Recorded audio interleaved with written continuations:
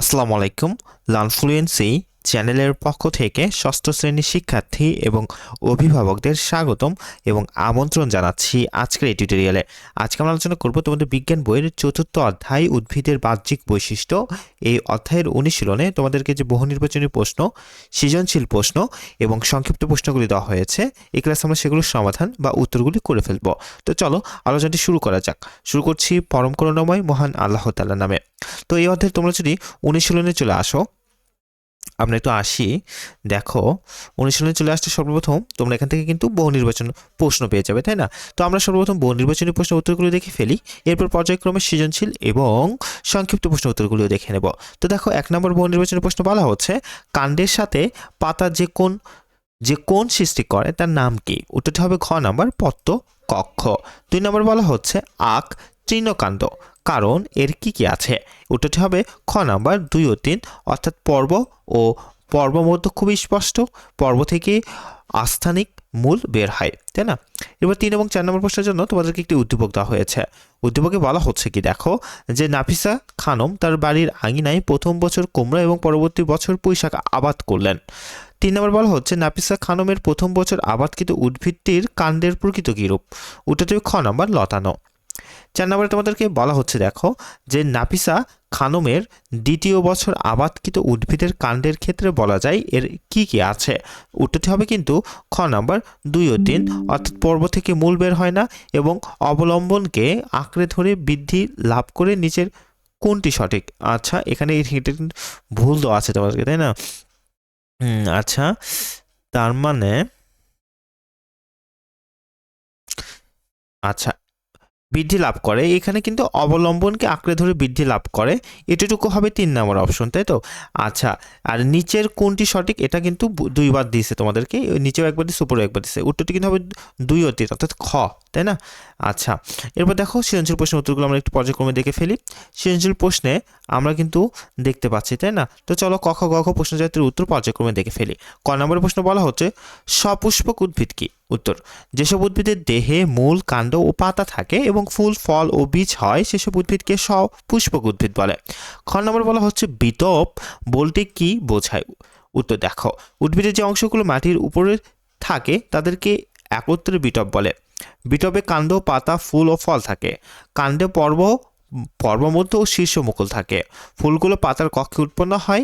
ফুলে বৃতি, দল, পুংকেশর ও গর্ভাশয় থাকে। গ নম্বরে তোমাদেরকে বলা হচ্ছে, এ ও বি অংশের মধ্যে পার্থক্যগুলো উল্লেখ করো। অর্থাৎ তোমরা কিন্তু একটা চিত্র দেখতে পাচ্ছ, তাই না? আমরা চিত্রে কিন্তু দুটো অংশ দেখতে পাচ্ছি, একটা হচ্ছে এ এবং একটা হচ্ছে বি।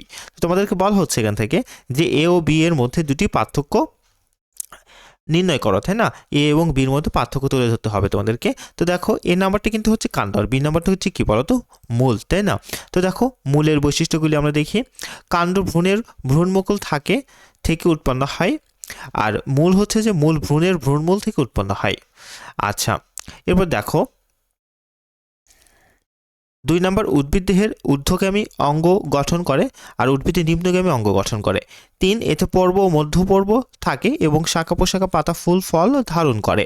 3, এতে পর্ব ও মধ্যপর্ব থাকে না, কেবল শাখা প্রশাখা মূল ধারণ করে।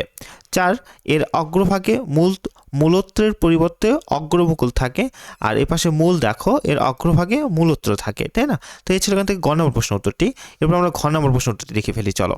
ঘ নম্বর বলা হচ্ছে কি, এ ও বি অংশের গুরুত্ব আলোচনা করো। উত্তর, চিত্রের এ ও বি চিহ্নিত অংশগুলো যথাক্রমে উদ্ভিদের কাণ্ড ও মূল। নিচে এদের গুরুত্ব আলোচনা করা হলো। কাণ্ডের গুরুত্ব দেখো। 1 নম্বর, বিরুৎ জাতীয় উদ্ভিদের নরম কাণ্ড আমরা খাদ্য হিসেবে গ্রহণ করি। 2, গোল আলু, আদা, পুঁইশাক, ডাঁটা, কচু ও ওল কচুর কাণ্ড আমরা সবজি হিসেবে গ্রহণ করি। 3, খেজুর ও আখের কাণ্ড হতে পাওয়া রস উপাদেয় পানীয়। এরপর দেখো মূলের গুরুত্ব। 1, মূল, গাজর, শালগম ইত্যাদি উদ্ভিদের মূল উপাদেয় সবজি হিসেবে আমরা খাই। 2, শতমূলী, সর্বগন্ধা ইত্যাদি উদ্ভিদের মূল থেকে দামি ওষুধ তৈরি করে। 3, মূল উদ্ভিদকে মাটির সাথে শক্তভাবে আটকে রাখে, ফলে ঝড় বাতাসে হেলে পড়ে না। এরপর আমরা 2 নম্বর সৃজনশীল প্রশ্নের উত্তরগুলি পর্যায়ক্রমে দেখে ফেলি, চলো। তো দেখো, এখান থেকে 2 নম্বর সৃজনশীল প্রশ্নে তোমাদেরকে কি বলা হচ্ছে, আমরা পর্যায়ক্রমে ক খ গ ঘ প্রশ্ন জাতীয় উত্তর এখান থেকে দেখে ফেলি। তো দেখো, 2 নম্বর সৃজনশীল প্রশ্ন ক নম্বরে তোমাদেরকে বলা হচ্ছে, মূল কাকে বলে? উত্তর দেখো, উদ্ভিদের যে অংশ পর্বমধ্য ও অগ্রমুকুলবিহীন তাকে মূল বলে। খ নম্বর বলা হচ্ছে আম গাছের পাতার ধরন ব্যাখ্যা করো।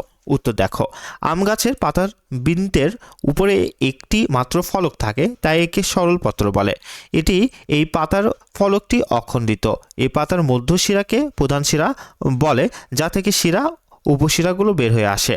এ পাতার কিনারা অখণ্ডিত বা অসম্পূর্ণভাবে খণ্ডিত থাকে। এরপর গ এবং ঘ নম্বর প্রশ্নের জন্য আমাদেরকে কিন্তু উদ্দীপক দেওয়া হয়েছে। উদ্দীপকে বলা হচ্ছে দেখো, আতিফ ছুটিতে গ্রামের বাড়ি বেড়াতে যায়। একদিন সে গ্রামে ঘুরতে বেরিয়ে উদ্ভিদ কাণ্ডের বিভিন্ন ধরনের বিন্যাস বিশেষভাবে লক্ষ্য করলো। এদের মধ্যে কোনটির শাখা পোশাকের বিন্যাসে মাঠ আকৃতির, আবার কোনটির গম্বুজ আকৃতির। এই কাণ্ডগুলোর আকৃতি ও কাজ সম্পর্কে জানতে সে কৌতূহলী হয়ে উঠল। তো এখান থেকে গ নম্বরে তোমাদেরকে বলা হচ্ছে দেখো যে আতিফের পর্যবেক্ষণকৃত অংশটি উদ্ভিদের কি কাজ করে ব্যাখ্যা করো। উত্তর দেখো, আতিফের পর্যবেক্ষণকৃত অংশটি হলো উদ্ভিদের কাণ্ড। উদ্ভিদের জীবনে কাণ্ডের প্রধান কাজগুলো নিচে ব্যাখ্যা করা হলো। সেটা হচ্ছে ভার বহন। কাণ্ড পাতা, ফুল এবং ফলের ভার বহন করে এবং এদের আলোর দিকে তুলে ধরে। এবার দেখো পরিবহন, তাই না? মূল দ্বারা শোষিত পানি ও খনিজ লবণ কাণ্ডের মাধ্যমে পাতায় পৌঁছায় এবং পাতায় তৈরি খাদ্য কাণ্ডের মাধ্যমে সারা দেহে ছড়িয়ে পড়ে। এবার দেখো খাদ্য সঞ্চয়। অনেক উদ্ভিদের কাণ্ড প্রতিকূল পরিবেশে টিকে থাকতে খাদ্য সঞ্চয় করে। আরোহণ, লতানো উদ্ভিদকে উপরে উঠতে সাহায্য করে। এরপর ঘ নম্বর প্রশ্ন তোমাদেরকে বলা হচ্ছে তুমি কিভাবে আতিফের পর্যবেক্ষণকৃত কাণ্ডের শাখা পোশাকের বিন্যাসকে আলাদা করবে, বিশ্লেষণ করো। উত্তর, আতিফ প্রধানত সবল কাণ্ডের শাখা পোশাকা বিন্যাস পর্যবেক্ষণ করেছে। এদের বিন্যাস অনুযায়ী আমরা নিচের ভাগে আলাদা করতে পারি।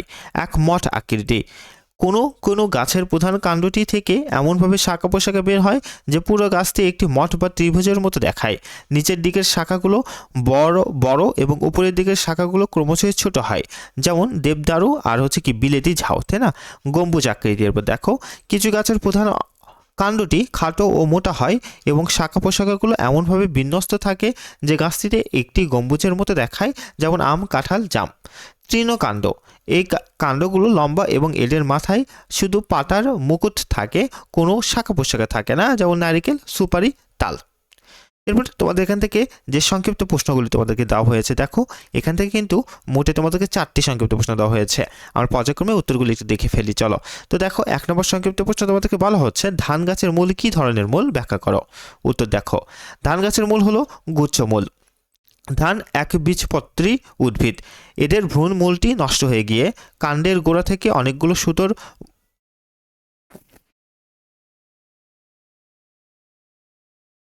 মতো সরু মূল একসঙ্গে উৎপন্ন হয়, তাই একে গুচ্ছমূল বলে। এরপর দেখো 2 নম্বরে তোমাদেরকে বলা হচ্ছে যে কোন অবস্থায় কাণ্ড সালোক সংশ্লেষণ প্রক্রিয়ায় খাদ্য প্রস্তুত করতে পারে ব্যাখ্যা করো। উত্তর, যখন উদ্ভিদের কাণ্ড সবুজ ও কচি থাকে, যেমন লাউ, কুমড়া বা ফণিমনসা, তখন তাতে ক্লোরোফিল উপস্থিত থাকে। এই ক্লোরোফিলের সহায়তায় কাণ্ড সূর্যের আলোর উপস্থিতিতে সালোক সংশ্লেষণ প্রক্রিয়ায় খাদ্য তৈরি করতে পারে। 3 নম্বর বলা হচ্ছে নিম পাতার ধরন ব্যাখ্যা করো। উত্তর, নিম পাতা হলো একটি পক্ষল যৌগিক পত্র। এর পত্র ফলকটি সম্পূর্ণ খণ্ডিত হয়ে অনেকগুলো ছোট ছোট পত্রক তৈরি করে। এই পত্রকগুলো একটি সাধারণ দণ্ড বা র্যাকিসের দুই পাশে সাজানো থাকে। 4 নম্বরে বলা হচ্ছে মরিচের মূল ধান গাছের মূলের থেকে ভিন্ন কেন ব্যাখ্যা করো। উত্তর দেখো, মরিচ গাছের মূল হলো প্রধান মূল, আর ধানের মূল হলো গুচ্ছমূল। মরিচ দ্বিবীজপত্রী উদ্ভিদ হয়। এর ভ্রূণ মূল সরাসরি বৃদ্ধি পেয়ে মাটির গভীরে যায় এবং সেখান থেকে শাখা পোশাকা বের হয়। অন্যদিকে ধানের ভ্রূণমূল অল্প দিনে নষ্ট হয়ে গিয়ে গুচ্ছাকারে মূল উৎপন্ন হয়।